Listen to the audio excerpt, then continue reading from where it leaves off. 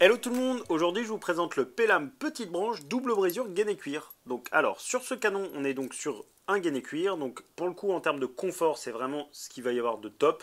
Le cuir c'est vraiment très intéressant, ça apporte un confort au cheval qui est vraiment très chouette. On est vraiment sur de la peau contre de la peau.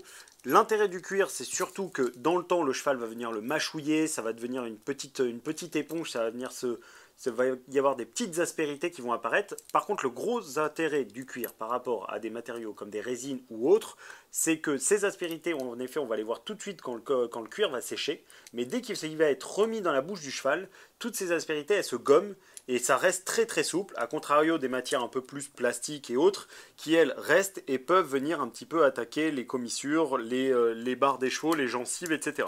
Donc ça c'est vraiment très intéressant. Sur celui-ci, donc on est sur une double brisure, avec la brisure centrale en German Silver.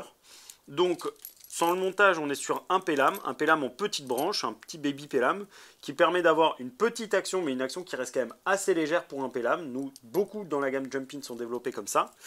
Donc on a bien évidemment la gourmette et les crochets de gourmette. Donc le Pelham, c'est un bon hybride entre le filet classique entre guillemets et avant de passer à la bride. Ça permet d'avoir un bon entre-deux, donc on va vraiment tout de suite avoir un petit effet de session de nuque avec qui plus est l'action de gourmette qui va rajouter un petit peu d'action au mort. C'est un bon hybride, certains chevaux sont très bien avec ça, il faut essayer. Ça permet d'avoir une alternative au mort plus type Pessoa ou Rover. Donc voilà, celui-ci, donc petit conseil d'utilisation, on pense bien à bien le rincer après chaque utilisation, bien le laisser sécher et à utiliser une huile de temps en temps, une huile neutre, une huile végétale, à badigeonner sur la partie en cuir pour bien garder le cuir tendre durant toute sa vie.